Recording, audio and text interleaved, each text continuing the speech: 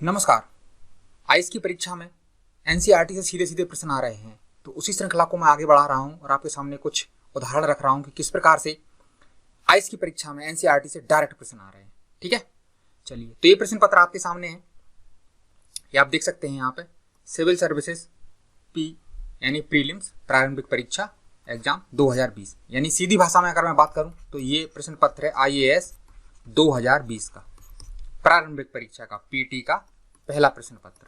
यहां देख सकते हैं आप, सामान्य अध्ययन प्रश्न पत्र 1 और ये सेट है ए, ताकि आप भी इसको मिलाइए और मैच कीजिए, आपको और विश्वास बढ़े कि एनसीईआरटी पढ़ना कितना जरूरी है। चलिए प्रश्न की ओर चलते हैं। ये प्रश्न को देखिए, ये चौथे नंबर का प्रश्न है, फोर्थ। बहुत ध्यान से पढ़िए प्रश्न को। निम्नलिखित मूल अधिकारों के किस संवर्ग में अस्पृश्यता, यहां से प्रश्न बहुत महत्वपूर्ण है, अस्पृश्यता के रूप में किए गए विभेदन के विरुद्ध संरक्षण समाविष्ट है। तो पहले प्रश्न को थोड़ा और आसान करते हैं समझने के लिए। इसमें कहा यह गया कि निम्नलिखित मतलब कौन से मूल अधिकार हैं कि मूल अधिकारों में से अस्पृश्यता का कहां पर जिक्र है, यानी अस्पृश्यता के जो भी किसी के साथ अस्पृश्यता का इंग्लिश में अनटचेबिलिटी बोलते हैं और अस्पृश्यता को हिंदी में दूसरा नाम छुआछूत भी बोलते हैं। अस्पृश्यता, छुआछूत, अनटचेबिलिटी ये एक ही बात है।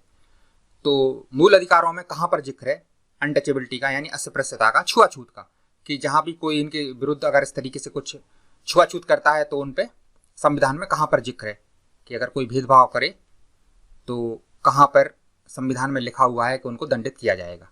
ठीक है, जो भेदभाव करेगा। तो इसका सार ये है। तो इस प्रश्न का सही उत्तर है डी, यानी समता के अधिकार में, समता का अधिकार में जिक्र है किसका, अनटचेबिलिटी, अस्पृश्यता का, छुआछूत का। अब चलता हूं मैं एनसीईआरटी में, लेके चलते हैं सीधे सीधे ताकि आपको पता चले कि एनसीईआरटी में कहां पर दिया हो। देखिए एनसीईआरटी लेके चलता हूं, देखिए यहां समझने की कोशिश कीजिए बहुत ध्यान से। भारत का संविधान है भाग 3 और भाग 3 में क्या है, मौलिक अधिकार का जिक्र है। ठीक है, मौलिक अधिकार का दूसरा नाम मूल अधिकार भी है, इंग्लिश में इसे फंडामेंटल राइट कहते हैं। ठीक है, तो जो मौलिक अधिकार हैं, मूल अधिकार हैं, फंडामेंटल राइट हैं, वो भाग 3 में दिए हैं और 6 मौलिक अधिकार हैं। ठीक है, आप इसमें देख सकते हैं यहाँ पर पहला क्या है, समता का अधिकार। दूसरा पहले 6 का बता देता हूं फिर आपको बताता हूं ताकि, और अगला क्या है, स्वतंत्रता का अधिकार, 2 हो गए। इसके बाद इधर आ जाइए, शोषण के विरुद्ध अधिकार, धार्मिक स्वतंत्रता का अधिकार, कितना होगा, 4। और ये दिया हुआ है सांस्कृतिक और शैक्षिक अधिकार। इसके बाद संवैधानिक उपचारों का अधिकार। तो जो हमारा प्रश्न आया है वो यहां से आया है समता का अधिकार से, यहां से प्रश्न है अपना, तो यहां से अपन को समझना है।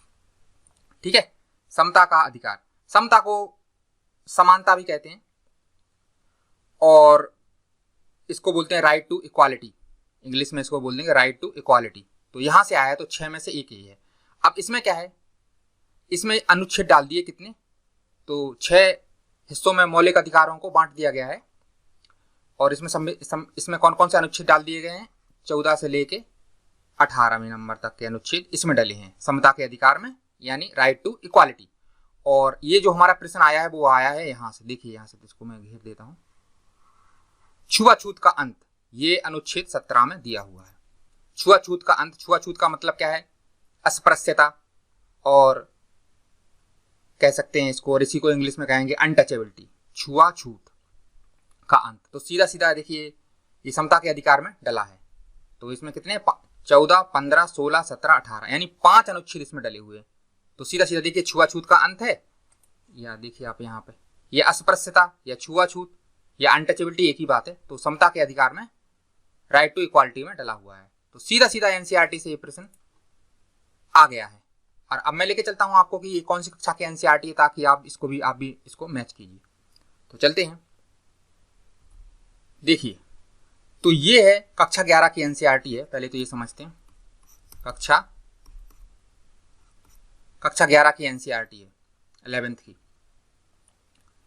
और ये कौन से विषय की है, तो विषय का नाम है राजनीति विज्ञान। राजनीति विज्ञान विषय की है। और अब इसको देखिए आप, अध्याय 2 है, आप देख ही सकते हैं यहाँ पर। अध्याय का नाम क्या है? भारतीय संविधान और में अधिकार। तो ये हो गया।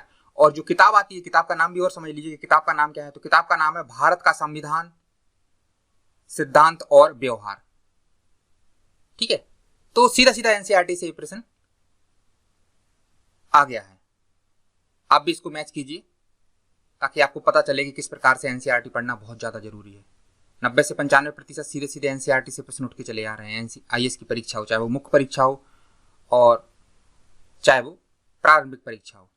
करंट अफेयर का तो अपना 1 साल का आता ही है, लेकिन ये अगर मैं स्टैटिक छोड़ दें, स्टैटिक का मतलब जो इस तरह जो बदलता नहीं है, वो सीधा सीधा एनसीईआरटी से उठ के आ रहा है। इसीलिए सब टॉपर चिल्लाते रहते हैं कि भाई एनसीईआरटी पढ़ो, एनसीईआरटी पढ़ो। तो इस वीडियो में इतना ही रख रहे हैं, मिलते हैं अगले वीडियो में। धन्यवाद।